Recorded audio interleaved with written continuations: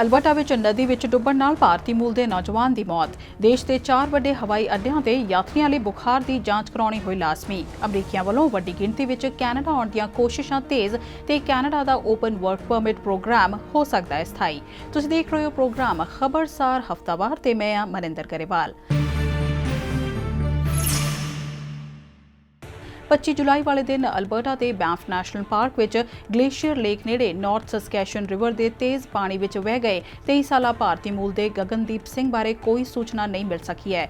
ਉਚੇਰੀ ਪੜ੍ਹਾਈ ਵਾਸਤੇ ਕੈਲਗਰੀ ਆਏ ਗਗਨਦੀਪ ਸਿੰਘ ਨੂੰ ਲੱਭਣ ਲਈ ਰੈਸਕਿਊ ਟੀਮ ਵੱਲੋਂ ਸ਼ਨੀਵਾਰ ਤੋਂ ਹੀ ਮੁਹਿੰਮ ਚਲਾਈ ਜਾ ਰਹੀ ਸੀ, ਪਰ ਹੁਣ ਇਸ ਨੂੰ 28 ਜੁਲਾਈ ਵਾਲੇ ਦਿਨ ਰੋਕ ਦਿੱਤਾ ਗਿਆ। ਪੁਲਿਸ ਵੱਲੋਂ ਹੁਣ ਲੋਕਾਂ ਤੋਂ ਹੀ ਟਿਪਸ ਮੰਗੇ ਜਾ ਰਹੇ ਨੇ ਤੇ ਉਸ ਦੀ ਭਾਲ ਜਾਰੀ ਰੱਖੀ ਜਾਏਗੀ। ਗਗਨਦੀਪ ਸਿੰਘ ਦੇ ਨਜ਼ਦੀਕੀ ਦੋਸਤ ਪਰਮੀਤ ਸਿੰਘ ਬੋਪਾਰਾਏ ਨੇ ਦੱਸਿਆ ਕਿ ਉਸ ਦੇ ਮਾਪਿਆਂ ਨੂੰ ਕੈਨੇਡਾ ਲਿਆਏ ਜਾਣ ਦੀਆਂ ਕੋਸ਼ਿਸ਼ਾਂ ਵੀ ਸ਼ੁਰੂ ਹੋ ਗਈਆਂ ਨੇ। ਸਤਿ ਸ਼੍ਰੀ ਅਕਾਲ ਜੀ, ਮੈਂ ਪਰਮੀਤ ਸਿੰਘ ਹਾਂ ਜੀ। ਅੱਜ ਜੁਲਾਈ 31 ਨੂੰ ਗਗਨਦੀਪ ਸਿੰਘ ਬਾਰੇ ਆਪਣੀ RCMP ਨਾਲ ਗੱਲ ਹੋਈ ਸੀ ਤੇ ਉਹ ਹਲੇ RCMP ਤੇ ਪਾਰਕਸ ਕੈਨੇਡਾ ਵਾਲੇ ਸਟਿਲ ਜਿਹੜੀ ਸਰਚ ਹੈਗੀ ਉੱਥੇ ਕਰ ਰਹੇ ਨੇ ਜੀ ਤੇ ਉਹਨਾਂ ਦੇ ਪੇਰੈਂਟਸ ਨਾਲ ਜਿਹੜਾ ਆਪਣਾ ਰਾਬਤਾ ਕਾਇਮ ਹੈ ਜੀ ਤੇ ਉਹਨਾਂ ਦੀ ਕੋਸ਼ਿਸ਼ ਕਰ ਰਹੇ। ਉਹਨਾਂ ਦਾ ਵੀਜ਼ਾ ਆਲਰੇਡੀ ਸੀਗਾ ਜੀ ਲੱਗਿਆ ਹੋਇਆ ਪਹਿਲਾਂ ਮਾਤਾ ਪਿਤਾ ਦਾ, ਤੇ ਹੁਣ ਅਥਾਰਟੀਜ਼ ਨਾਲ ਗੱਲਬਾਤ ਚੱਲਦੀ ਹੈ ਵੀ ਜੇ ਉਹਨਾਂ ਨੂੰ ਸਪੈਸ਼ਲ ਪਰਮਿਸ਼ਨ ਦੇ ਵਿੱਚ ਸਰਕਮਸਟੈਂਸਿਸ ਦੇ ਨਾਲ ਜੀ ਉਹਨਾਂ ਨੂੰ ਐਗਜ਼ੈਂਪਟ ਕਰਕੇ ਤੇ ਇੱਥੇ ਉਹਨਾਂ ਨੂੰ ਆਉਣ ਦੀ ਪਰਮਿਸ਼ਨ ਦੇਵਾਂਗੇ ਜੀ ਤੇ ਜਿਹੜੀ ਵੀ ਬਾਕੀ ਅਗਲੀ ਅਪਡੇਟ ਹੋਊਗੀ ਉਹ ਤੁਹਾਡੇ ਨਾਲ ਆਪਾਂ ਸਾਂਝੀ ਕਰਾਂਗੇ ਜੀ। ਚੇਤੇ ਰਹੇਗੀ ਗਗਨਦੀਪ ਸ਼ਨੀਵਾਰ ਵਾਲੇ ਦਿਨ ਨਾਰਥ ਸਸਕੈਸ਼ਨ ਰਿਵਰ ਉੱਪਰ ਬਣੇ ਪੈਡੈਸਟਰੀਅਨ ਬ੍ਰਿਜ ਤੋਂ ਹੇਠਾਂ ਉਤਰ ਕੇ ਪਾਣੀ ਕੰਢੇ ਖੜਾ ਹੋ ਕੇ ਫੋਟੋ ਖਿਚਵਾ ਰਿਹਾ ਸੀ ਜਦੋਂ ਉਸ ਦਾ ਪੈਰ ਤਿਲਕ ਗਿਆ ਤੇ ਉਹ ਬਹਾਅ ਵਿੱਚ ਵਹਿ ਗਿਆ ਸੀ। ਹੁਣ ਤੱਕ ਉਸ ਦਾ ਕੋਈ ਪਤਾ ਨਹੀਂ ਲੱਗ ਸਕਿਆ। ਕੈਲਗਰੀ ਵਿੱਚ ਰਹਿੰਦਾ ਗਗਨਦੀਪ ਸਿੰਘ ਗਿੱਦੜਬਾਹਾ ਦੇ ਨਜ਼ਦੀਕ ਪਿੰਡ ਥਰਾਜਵਾਲਾ ਦਾ ਰਹਿਣ ਵਾਲਾ ਸੀ ਤੇ ਮਾਪਿਆਂ ਦਾ ਇਕੱਲਾ ਪੁੱਤ ਸੀ। I am very pleased to announce that following extensive consultations with school boards, superintendents, parents, and teachers, Alberta's K-12 education system will reopen for in-class teaching this September, and 750,000 students will be able to return to school. Alberta ਵਿੱਚ ਸਤੰਬਰ ਤੋਂ school ਪਹਿਲਾਂ ਵਾਂਗ ਫੁੱਲ capacity ਖੁੱਲ੍ਹਣ ਜਾ ਰਹੇ ਨੇ ਤੇ ਮਾਪੇ ਸਹਿਮੇ ਹੋਏ ਨੇ। ਮਾਪਿਆਂ ਦੀਆਂ ਚਿੰਤਾਵਾਂ ਤੇ ਅਲਬਰਟਾ ਸਰਕਾਰ ਦਾ ਕਹਿਣਾ ਹੈ ਕਿ ਜੇ ਬੱਚਿਆਂ ਜਾਂ ਸਟਾਫ ਵਿੱਚ ਕੋਈ COVID-19 ਪੋਜ਼ਿਟਿਵ ਹੋਇਆ ਅਤੇ ਮਾਮਲੇ ਵਧੇ ਤਾਂ ਅਗਲੇ ਕਦਮ ਤੇ ਅਮਲ ਸ਼ੁਰੂ ਹੋਏਗਾ, ਪਰ ਹਾਲ ਦੀ ਘੜੀ ਤਾਂ ਸਕੂਲ ਫੁੱਲ ਕੈਪੈਸਿਟੀ ਹੀ ਖੋਲ੍ਹਣ ਦਾ ਫੈਸਲਾ ਲਾਗੂ ਰਹੇਗਾ। I want to stress that there is no risk-free approach to living with COVID-19, yet we still have to learn to live with it. There are no easy choices in front of us. Alberta ਦੇ ਸਕੂਲਾਂ ਵਿੱਚ ਸਿਰਫ ਸੈਨੀਟਾਈਜ਼ਰਸ ਲਾਏ ਜਾ ਰਹੇ ਨੇ ਤੇ ਹਾਲਵੇਜ਼ ਵਿੱਚ ਦੂਰੀ ਬਣਾ ਕੇ ਰੱਖਣ ਲਈ ਸਟਿੱਕਰਸ ਲਾਏ ਜਾਣਗੇ, ਪਰ ਜਿਨ੍ਹਾਂ ਮੁਲਕਾਂ ਦੀ ਦੇਖਾ-ਦੇਖੀ ਅਲਬਰਟਾ ਸਰਕਾਰ ਸਕੂਲ ਖੋਲ੍ਹਣ ਦੀਆਂ ਗੱਲਾਂ ਕਰ ਰਹੀ ਹੈ ਉਹਨਾਂ ਨੇ ਬੱਚਿਆਂ ਦੇ ਡੈਸਕਸ ਦੇ ਆਲੇ-ਦੁਆਲੇ ਪਲੈਕਸੀ ਗਲਾਸ ਵੀ ਲਾਏ ਤੇ ਅਲਬਰਟਾ ਸਰਕਾਰ ਟੀਚਰਸ ਨੂੰ ਸਿਰਫ 2 ਮਾਸਕ ਦੇਣ ਦੀ ਗੱਲ ਕਹਿ ਰਹੀ ਹੈ। ਇਸ ਤੋਂ ਇਲਾਵਾ ਬੱਚਿਆਂ ਦੀ ਸਿਹਤ ਦਾ ਜ਼ਿੰਮਾ ਅਤੇ ਚਿੰਤਾ ਮਾਪਿਆਂ ਤੇ ਛੱਡ ਦਿੱਤੀ ਗਈ ਹੈ। ਬੱਚੇ ਨੂੰ ਜ਼ੁਕਾਮ ਜਾਂ ਫਲੂ ਹੋਣ ਤੇ ਵੀ ਉਸ ਨੂੰ 10 ਦਿਨ ਘਰ ਰਹਿਣਾ ਪਏਗਾ। ਕੈਲਗਰੀ ਦੇ ਸਕੂਲਾਂ ਵਿੱਚ ਬੱਚਿਆਂ ਨੂੰ ਮਾਸਕ ਪਾਉਣਾ ਲਾਜ਼ਮੀ ਕਰ ਦਿੱਤਾ ਗਿਆ ਹੈ, ਜਿਸ ਦੀ ਪਾਲਣਾ ਛੋਟੇ ਬੱਚੇ ਕਿਸ ਤਰ੍ਹਾਂ ਕਰਨਗੇ ਇਹ ਸੋਚਣਾ ਵੀ ਮਾਪਿਆਂ ਦਾ ਕੰਮ ਹੈ। ਬੱਚਿਆਂ ਦੇ ਡੈਸਕਸ ਵਿੱਚ ਅੱਧੇ ਮੀਟਰ ਦੀ ਹੀ ਦੂਰੀ ਰੱਖੀ ਜਾਏਗੀ ਤੇ ਜਿਹੜੇ ਬੱਚਿਆਂ ਨੂੰ ਨਾ ਭੇਜਣਾ ਚਾਹਣ ਉਹ ਘਰ ਵਿੱਚ ਰੋਜ਼ਾਨਾ ਸਕੂਲ ਵਾਂਗ ਆਨਲਾਈਨ ਕਲਾਸਾਂ ਲਵਾਉਣ, ਯਾਨੀ 3 ਤੋਂ 4 ਘੰਟੇ ਘੱਟੋ ਘੱਟ, ਤੇ ਇਹ ਕਿਵੇਂ ਹੋਏਗਾ ਇਹ ਵੀ ਮਾਪਿਆਂ ਨੇ ਸੋਚਣਾ ਹੈ।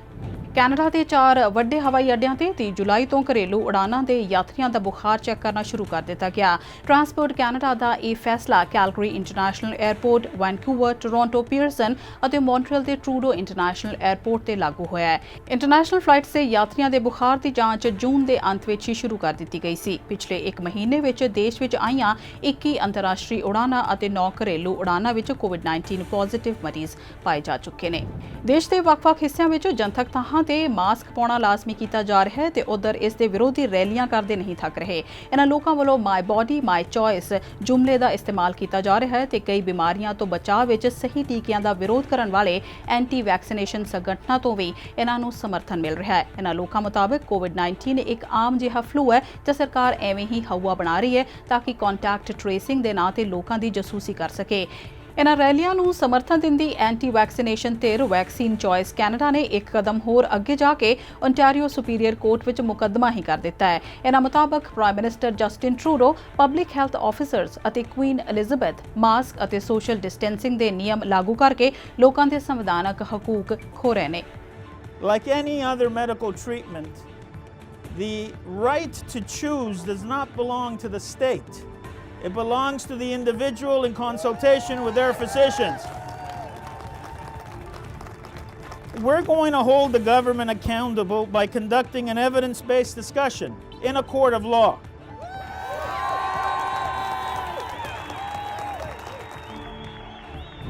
ਬ੍ਰਿਟਿਸ਼ ਕੋਲੰਬੀਆ ਸੂਬੇ ਵਿੱਚ ਅਮਰੀਕੀ ਪਲੇਟ ਵਾਲੀਆਂ ਗੱਡੀਆਂ ਦੇ ਮਾਲਕਾਂ ਨਾਲ ਬੁਰੇ ਵਰਤਾਵ ਦੀਆਂ ਖਬਰਾਂ ਆਉਣ ਪਿੱਛੋਂ ਪ੍ਰੀਮੀਅਰ ਜੌਨ ਹੌਰਗਨ ਨੂੰ ਆਪ ਅੱਗੇ ਆ ਕੇ ਸੂਬਾ ਵਾਸੀਆਂ ਨੂੰ ਕਾਲੇ ਨਾ ਪੈਣ ਦੀ ਅਪੀਲ ਕਰਨੀ ਪਈ ਹੈ। ਯੂਐਸ ਵਿੱਚ ਕੋਵਿਡ-19 ਦੇ ਅਸਮਾਨ ਨੂੰ ਛੂ ਰਹੇ ਮਾਮਲਿਆਂ ਕਰਕੇ ਅਜੇ ਤੱਕ ਯੂਐਸ ਕੈਨੇਡਾ ਬਾਰਡਰ ਤੇ ਬੇਲੋੜੀ ਆਵਾਜਾਈ ਬੰਦ ਹੈ। ਹਾਲਾਂਕਿ ਕੁਝ ਅਮਰੀਕੀ ਫਿਰ ਵੀ ਕੈਨੇਡਾ ਘੁੰਮਣ ਫਿਰਨ ਆ ਰਹੇ ਨੇ ਤੇ ਫੜੇ ਜਾਣ ਤੇ ਜੁਰਮਾਨੇ ਵੀ ਹੋ ਰਹੇ ਨੇ। ਇਹਨਾਂ ਦੀਆਂ ਹਰਕਤਾਂ ਕਰਕੇ BC ਵਾਸੀ ਅਮਰੀਕੀਆਂ ਤੋਂ ਖਿੱਚ ਗਏ ਨੇ। ਇਸੇ ਚੱਕਰ ਵਿੱਚ ਕਈ ਬੇਕਸੂਰ ਲੋਕਾਂ ਨੂੰ ਬੁਰੇ ਵਰਤਾਵ ਅਤੇ ਗੱਡੀ ਦੀ ਭੰਨ ਤੋੜ ਦਾ ਸ਼ਿਕਾਰ ਵੀ ਹੋਣਾ ਪੈ ਰਿਹਾ ਹੈ। ਨੌਕਰੀ ਕਰਕੇ ਯੂਐਸ ਵਿੱਚ ਰਹਿੰਦੇ ਕਈ ਕੈਨੇਡੀਅਨਸ ਅਮਰੀਕਨ ਪਲੇਟ ਵਾਲੀਆਂ ਗੱਡੀਆਂ ਕੈਨੇਡਾ ਵਿੱਚ ਲੈ ਕੇ ਆਉਂਦੇ ਨੇ ਆਪਣੇ ਪਰਿਵਾਰਾਂ ਨੂੰ ਮਿਲਣ ਗਿਲਣ ਵਾਸਤੇ, ਪਰ ਉਹਨਾਂ ਨਾਲ ਬੁਰਾ ਵਰਤਾਵ ਹੁੰਦਾ ਹੈ। BC ਪ੍ਰੀਮੀਅਰ ਦੀ ਸਲਾਹ ਹੈ ਕਿ ਉਹ ਜਾਂ ਤਾਂ ਕਿਰਾਏ ਤੇ ਗੱਡੀ ਲੈ ਲਿਆ ਕਰਨ ਜਾਂ ਫਿਰ ਟ੍ਰਾਂਸਿਟ ਦੀ ਵਰਤੋਂ ਕਰ ਲੈਣ। ਵੀ ਚੈਰਿਟੀ ਸਕੈਂਡਲ ਨੇ ਫੈਡਰਲ ਸਰਕਾਰ ਦੀਆਂ ਚੂੜਾਂ ਕੱਸ ਦਿੱਤੀਆਂ ਨੇ। ਸਰਕਾਰ ਸਫਾਈਆਂ ਦੇ ਰਹੀ ਹੈ ਤੇ ਵਿਰੋਧੀ ਧਿਰ ਇਸਤੀਫੇ ਦੀ ਮੰਗ ਤੇ ਅੜ ਗਈ ਹੈ। ਹੋਰ ਜਾਣਕਾਰੀ ਲੈਣੇ ਆ ਸਾਡੇ ਸਹਿਯੋਗੀ ਅਮਨਜੋਤ ਸਿੰਘ ਪੰਨੂ ਤੋਂ। ਜੀ ਪੰਨੂ ਸਾਹਿਬ, ਕੀ ਜਾਣਕਾਰੀ ਹੈ? ਜੀ ਮਨਿੰਦਰ, ਸਟੂਡੈਂਟਸ ਨੂੰ ਵੋਲੰਟੀਅਰ ਕੰਮ ਦੇ ਬਦਲੇ $5000 ਤੱਕ ਦੀ ਗ੍ਰਾਂਟ ਦੇਣ ਦੀ ਥਾਂ ਫੈਡਰਲ ਸਰਕਾਰ ਦੀ ਨਮੋਸ਼ੀ ਦਾ ਕਾਰਨ ਬਣਿਆ ਵੀ ਚੈਰਿਟੀ ਵਿਵਾਦ ਨਿਤ ਨਵੇਂ ਮੋੜ ਲੈ ਰਿਹਾ ਹੈ।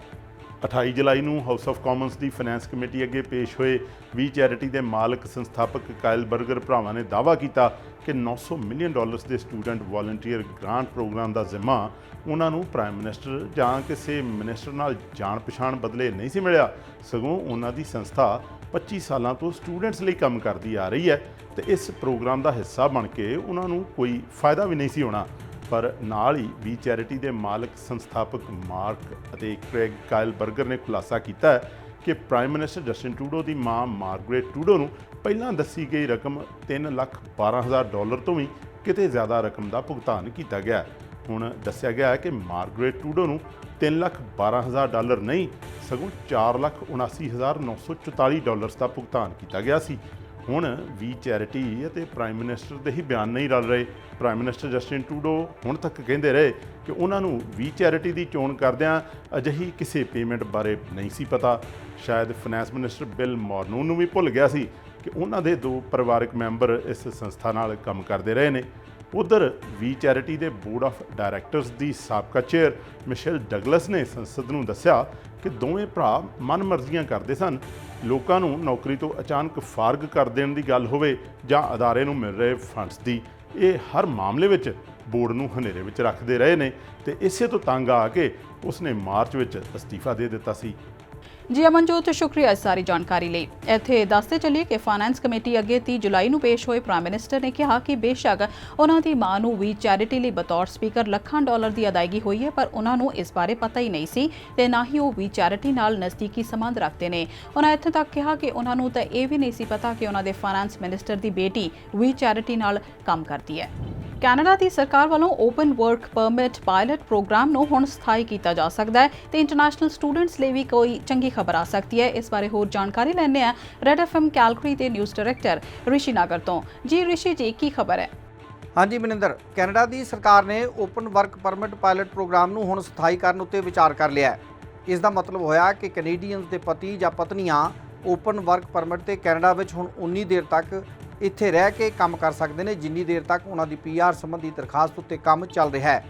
ਇਹ ਪਾਇਲਟ ਪ੍ਰੋਗਰਾਮ ਦਸੰਬਰ 2014 ਵਿੱਚ ਸ਼ੁਰੂ ਕੀਤਾ ਗਿਆ ਸੀ ਤੇ ਸਾਲ 31 ਜੁਲਾਈ ਨੂੰ ਖਤਮ ਹੋਣਾ ਸੀ। ਸਰਕਾਰ ਨੇ ਇਸ ਤੋਂ ਪਹਿਲਾਂ ਇਸ ਪ੍ਰੋਗਰਾਮ ਦੀ ਕਈ ਵਾਰ ਮਿਆਦ ਵਧਾਈ ਸੀ, ਪਰ ਹੁਣ ਇਸ ਨੂੰ ਸਥਾਈ ਕੀਤਾ ਜਾ ਰਿਹਾ ਹੈ। ਮਨਿੰਦਰ, ਇੱਕ ਹੋਰ ਖਬਰ ਇੰਟਰਨੈਸ਼ਨਲ ਸਟੂਡੈਂਟਸ ਵਾਸਤੇ ਹੈ। ਚੰਗੀ ਖਬਰ ਹੈ। ਇਸ ਸਾਲ ਸ਼ੁਰੂ ਹੋਣ ਵਾਲੇ ਅਕੈਡਮਿਕ ਸੈਸ਼ਨ ਵਾਸਤੇ ਇਹਨਾਂ ਇੰਟਰਨੈਸ਼ਨਲ ਸਟੂਡੈਂਟਸ ਨੂੰ ਕੈਨੇਡਾ ਲਿਆਉਣ ਵਾਸਤੇ ਖੁੱਲ੍ਹ ਦਿੱਤੀ ਜਾ ਸਕਦੀ ਹੈ। ਕੋਵਿਡ-19 ਮਹਾਮਾਰੀ ਦੇ ਚੱਲਦਿਆਂ ਇਸ ਸਾਲ 18 ਮਾਰਚ ਤੋਂ ਵੈਲਿਡ ਸਟੱਡੀ ਪਰਮਿਟ ਵਾਲੇ ਇਹਨਾਂ ਇੰਟਰਨੈਸ਼ਨਲ ਸਟੂਡੈਂਟਸ ਨੂੰ ਕੈਨੇਡਾ ਆਉਣ ਤੇ ਰੋਕ ਲਗਾ ਦਿੱਤੀ ਸੀ। ਹੁਣ ਕੈਨੇਡਾ ਦੇ ਇਮੀਗ੍ਰੇਸ਼ਨ ਮਿਨਿਸਟਰ ਮਾਰਕੋ ਮੈਂਡੋਚੀਨੋ ਅਤੇ ਹੈਲਥ ਮਿਨਿਸਟਰ ਪੈਟੀ ਹਾਈਡੂ ਵੱਲੋਂ ਜਾਰੀ ਇੱਕ ਚਿੱਠੀ ਵਿੱਚ ਕਿਹਾ ਗਿਆ ਹੈ ਕਿ ਫੈਡਰਲ ਸਰਕਾਰ ਸਾਰੀਆਂ ਸੂਬਾਈ ਸਰਕਾਰਾਂ ਨਾਲ ਤਾਲਮੇਲ ਵਿੱਚ ਹੈ ਤੇ ਨਾਲ ਹੀ ਸਾਰੇ ਡੈਜ਼ਿਗਨੇਟਿਡ ਲਰਨਿੰਗ ਇੰਸਟੀਟਿਊਟਸ DLIs ਨੂੰ ਵੀ ਭਰੋਸੇ ਵਿੱਚ ਲੈ ਲਿਆ ਗਿਆ ਹੈ। ਇੰਟਰਨੈਸ਼ਨਲ ਸਟੂਡੈਂਟਸ ਦੀ ਕੈਨੇਡਾ ਦੀ ਇਕਨੋਮੀ, ਲਰਨਿੰਗ এনवायरमेंट ਤੇ ਸੋਸਾਇਟੀ ਵਾਸਤੇ ਲੋੜ ਮੰਨੀ ਜਾ ਰਹੀ ਹੈ ਤੇ ਇਸੇ ਕਰਕੇ ਉਹਨਾਂ ਨੂੰ ਕੈਨੇਡਾ ਲਿਆਉਣ ਲਈ ਢਿੱਲ ਦਿੱਤੀ ਜਾ ਸਕਦੀ ਹੈ। ਜੀ ਸ਼ੁਕਰੀਆ ਰਿਸ਼ੀ ਜੀ, ਧੰਨਵਾਦ। ਇੱਕ ਅਮਰੀਕੀ ਵਕੀਲ ਮੁਤਾਬਕ ਯੂਐਸ ਕੈਨੇਡਾ ਬਾਰਡਰ ਤੇ ਬੇਲੋੜੀ ਆਵਾਜਾਈ ਬੇਸ਼ੱਕ ਬੰਦ ਹੈ, ਪਰ ਕੁਝ ਚੋਰ ਮੋਰੀਆਂ ਦਾ ਸਹਾਰਾ ਲੈ ਕੇ ਕਈ ਅਮਰੀਕੀ ਕੈਨੇਡਾ ਆ ਰਹੇ ਨੇ ਤੇ ਉਹ ਨੇ ਜਿਨ੍ਹਾਂ ਨੂੰ ਲੱਗਦਾ ਹੈ ਕਿ ਕੈਨੇਡਾ ਆ ਕੇ ਉਹ ਕੋਵਿਡ-19 ਤੋਂ ਬਚ ਜਾਣਗੇ। ਕੈਨੇਡਾ ਵਿੱਚ ਜਿੱਥੇ ਕੋਵਿਡ-19 ਦੇ ਮਾਮਲੇ 1,15,000 ਦੇ ਕਰੀਬ ਨੇ, ਉੱਥੇ ਯੂਐਸ ਵਿੱਚ ਕੁੱਲ ਮਾਮਲੇ 45 ਲੱਖ ਨੂੰ ਪਾਰ ਕਰ ਗਏ ਨੇ। ਇਸੇ ਤੋਂ ਬਚਣ ਵਾਸਤੇ ਕਈ ਲੋਕ ਕੈਨੇਡੀਅਨਸ ਨਾਲ ਵਿਆਹ ਕਰਾ ਰਹੇ ਨੇ ਤੇ ਕਈਆਂ ਦੇ ਮਾਪੇ ਪਹਿਲਾਂ ਹੀ ਕੈਨੇਡੀਅਨ ਸਿਟੀਜ਼ਨ ਹੋਣ ਕਰਕੇ ਉਹ ਸੋਚ ਰਹੇ ਨੇ ਕਿ ਕੈਨੇਡਾ ਦੀ ਸਿਟੀਜ਼ਨਸ਼ਿਪ ਹੀ ਲੈ ਲੈਣ। ਤੇ ਚੱਲਦੇ ਕੁਝ ਹੋਰ ਖਬਰਾਂ ਸੰਖੇਪ ਵਿੱਚ। ਸ਼ਾਅ ਨੇ 30 ਜੁਲਾਈ ਨੂੰ ਅਲਬਰਟਾ ਅਤੇ ਬ੍ਰਿਟਿਸ਼ ਕੋਲੰਬੀਆ ਵਿੱਚ ਵਾਇਰਲੈਸ ਸੈੱਲ ਫੋਨ ਸੇਵਾ ਸ਼ੁਰੂ ਕਰ ਦਿੱਤੀ ਹੈ। ਸ਼ਾਅ ਮੋਬਾਈਲ ਸਿਰਫ ਉਹਨਾਂ ਵਾਸਤੇ ਹੈ ਜੋ ਕੰਪਨੀ ਦੀ ਹਾਈ ਸਪੀਡ ਬ੍ਰੌਡਬੈਂਡ ਇੰਟਰਨੈਟ ਸੇਵਾ ਪਹਿਲਾਂ ਤੋਂ ਲੈ ਰਹੇ ਹੋਣ। ਗੂਗਲ ਨੇ ਆਪਣੇ 2 ਲੱਖ ਕਰਮਚਾਰੀਆਂ ਅਤੇ ਕੰਟਰੈਕਟਰਸ ਦੀ ਮਦਦ ਵਾਸਤੇ ਵਰਕ ਫਰਮ ਹੋਮ ਪਾਲਿਸੀ ਦੀ ਮਿਆਦ ਵਧਾ ਦਿੱਤੀ ਹੈ ਤੇ ਇਹ ਹੁਣ ਅਗਲੇ ਸਾਲ 30 ਜੂਨ ਤੱਕ ਲਾਗੂ ਰਹੇਗੀ। 30 ਜੁਲਾਈ ਤੋਂ 3 ਅਗਸਤ ਤੱਕ ਚੱਲਣ ਵਾਲੀ ਈਦ ਉਲ ਅਜ਼ਹਾ ਦੇ ਜਸ਼ਨ ਦੌਰਾਨ ਕੋਵਿਡ-19 ਦੇ ਮਾਮਲੇ ਵੱਧ ਨਾ ਜਾਣ, ਇਸ ਨੂੰ ਧਿਆਨ ਵਿੱਚ ਰੱਖਦੇ ਹੋਏ ਪਾਕਿਸਤਾਨ ਦੀ ਸੂਬਾ ਪੰਜਾਬ ਦੀ ਸਰਕਾਰ ਨੇ ਸਮਾਰਟ ਲਾਕਡਾਊਨ ਲਾਗੂ ਕੀਤਾ ਹੋਇਆ ਹੈ। ਈਦ ਤੋਂ ਪਹਿਲਾਂ ਬਾਜ਼ਾਰਾਂ ਵਿੱਚ ਭੀੜ ਵੱਧ ਜਾਂਦੀ ਹੈ ਤੇ ਈਦ ਉਲ ਫਿਤਰ ਦੇ ਮੌਕੇ ਜੋ ਹੋਇਆ ਉਹ ਦੁਬਾਰਾ ਨਾ ਹੋਏ, ਇਸ ਕਰਕੇ 27 ਜੁਲਾਈ ਤੋਂ ਹੀ ਸਮਾਰਟ ਲਾਕਡਾਊਨ ਲਾਗੂ ਕਰ ਦਿੱਤਾ ਗਿਆ ਸੀ। ਐਜੂਕੇਸ਼ਨਲ ਅਤੇ ਟ੍ਰੇਨਿੰਗ ਇੰਸਟੀਚਿਊਟਸ ਇਸ ਦੌਰਾਨ ਬੰਦ ਨੇ। ਮੈਰਿਜ ਹਾਲਸ ਅਤੇ ਬਿਜ਼ਨਸ ਸੈਂਟਰਸ ਵੀ ਬੰਦ ਨੇ। ਸਿਰਫ ਖਰੀਦਦਾਰੀ ਸਵੇਰੇ 6 ਵਜੇ ਤੋਂ 12 ਵਜੇ ਤੱਕ ਕੀਤੀ ਜਾ ਸਕਦੀ ਹੈ। ਭਾਰਤ ਸਰਕਾਰ ਨੇ ਬੁੱਧਵਾਰ 29 ਜੁਲਾਈ ਨੂੰ ਅਨਲੌਕ 3 ਸੰਬੰਧੀ ਨਵੇਂ ਦਿਸ਼ਾ ਨਿਰਦੇਸ਼ ਜਾਰੀ ਕਰ ਦਿੱਤੇ, ਜਿਨ੍ਹਾਂ ਵਿੱਚ ਕੰਟੇਨਮੈਂਟ ਜ਼ੋਨ ਤੋਂ ਬਾਹਰ ਕੁਝ ਹੋਰ ਗਤੀਵਿਧੀਆਂ ਦੀ ਖੁੱਲ੍ਹ ਦੇ ਦਿੱਤੀ ਗਈ, ਜਦਕਿ ਕੰਟੇਨਮੈਂਟ ਜ਼ੋਨਸ ਵਿੱਚ 31 ਅਗਸਤ ਤੱਕ ਲਾਕਡਾਊਨ ਲਾਗੂ ਰਹੇਗਾ। 1 ਅਗਸਤ ਤੋਂ ਰਾਤ ਦਾ ਕਰਫਿਊ ਹਟਾਏ ਜਾਣ ਦਾ ਐਲਾਨ ਵੀ ਕੀਤਾ ਗਿਆ, ਜਦਕਿ ਸਕੂਲ, ਕਾਲਜ ਅਤੇ ਵਿਦਿਅਕ ਅਦਾਰੇ 31 ਅਗਸਤ ਤੱਕ ਬੰਦ ਰਹਿਣਗੇ। ਮਲੇਸ਼ੀਆ ਦੇ 67 ਸਾਲਾ ਸਾਬਕਾ ਪ੍ਰਧਾਨ ਮੰਤਰੀ ਨਜੀਬ ਰਜ਼ਾਕ ਕਰੋੜਾਂ ਡਾਲਰ ਦੀ ਸਰਕਾਰੀ ਇਨਵੈਸਟਮੈਂਟ ਫੰਡ ਘੁਟਾਲਾ ਕੇਸ ਵਿੱਚ ਦੋਸ਼ੀ ਠਹਿਰਾਏ ਗਏ ਨੇ। Definitely not the end of the world, because there's a process of appeal, and we hope that we would be successful there. ਅਜੇ ਉਹਨਾਂ ਉੱਪਰ ਇਸ ਮਾਮਲੇ ਵਿੱਚ 5 ਹੋਰ ਮਾਮਲਿਆਂ ਵਿੱਚ ਸੁਣਵਾਈ ਚੱਲ ਰਹੀ ਹੈ ਤੇ ਫੈਸਲਾ ਆਉਣਾ ਹੈ, ਪਰ ਉਮੀਦ ਕੀਤੀ ਜਾ ਰਹੀ ਹੈ ਕਿ ਉਹਨਾਂ ਵਿੱਚ ਵੀ ਉਹ ਦੋਸ਼ੀ ਹੀ ਪਾਏ ਜਾਣਗੇ ਤੇ ਉਹਨਾਂ ਨੂੰ 15 ਸਾਲ ਤੱਕ ਦੀ ਜੇਲ੍ਹ ਹੋ ਸਕਦੀ ਹੈ। ਈਰਾਨ ਦੇ ਰੈਵੋਲੂਸ਼ਨਰੀ ਗਾਰਡ ਨੇ ਲੰਘੇ ਦਿਨੀ ਅੰਡਰਗਰਾਉਂਡ ਬੈਲਿਸਟਿਕ ਮਿਜ਼ਾਈਲ ਦਾ ਪਰੀਖਣ ਕੀਤਾ ਤੇ ਈਰਾਨ ਦਾ ਦਾਅਵਾ ਹੈ ਕਿ ਇਹ ਦੁਨੀਆ ਵਿੱਚ ਪਹਿਲੀ ਵਾਰ ਹੋਇਆ ਹੈ। ਇਸ ਪਰੀਖਣ ਤੋਂ ਇੱਕ ਦਿਨ ਪਹਿਲਾਂ 27 ਜੁਲਾਈ ਨੂੰ ਮਿਲਟਰੀ ਐਕਸਰਸਾਈਜ਼ ਦੌਰਾਨ ਹੈਲੀਕਾਪਟਰ ਤੋਂ ਇੱਕ ਅਮਰੀਕੀ ਹੈਲੀਕਾਪਟਰ ਦੇ ਨਮੂਨੇ ਤੇ ਮਿਜ਼ਾਈਲ ਵੀ ਦਾਗੀ ਗਈ। ਯੂਐਸ ਨੇ ਈਰਾਨ ਦੀਆਂ ਤਣਾਅ ਵਧਾਉਣ ਵਾਲੀਆਂ ਇਹਨਾਂ ਹਰਕਤਾਂ ਦੀ ਨਿਖੇਧੀ ਕੀਤੀ ਹੈ। ਇਸ ਹਫ਼ਤੇ ਦੱਖਣੀ ਇਰਾਕ ਵਿੱਚ ਕੁਝ ਥਾਈਂ ਤਾਪਮਾਨ 54 ਡਿਗਰੀ ਸੈਲਸੀਅਸ ਤੇ ਪਹੁੰਚ ਜਾਣ ਤੇ ਦੁਖੀ ਹੋਏ ਇਰਾਕੀਆਂ ਨੇ ਰੋਸ ਮੁਜ਼ਾਹਰੇ ਕੀਤੇ ਨੇ। ਇਹ ਲੋਕ ਗਰਮੀਆਂ ਵਿੱਚ ਪੂਰੀ ਪਾਵਰ ਸਪਲਾਈ ਦੀ ਮੰਗ ਕਰ ਰਹੇ ਨੇ।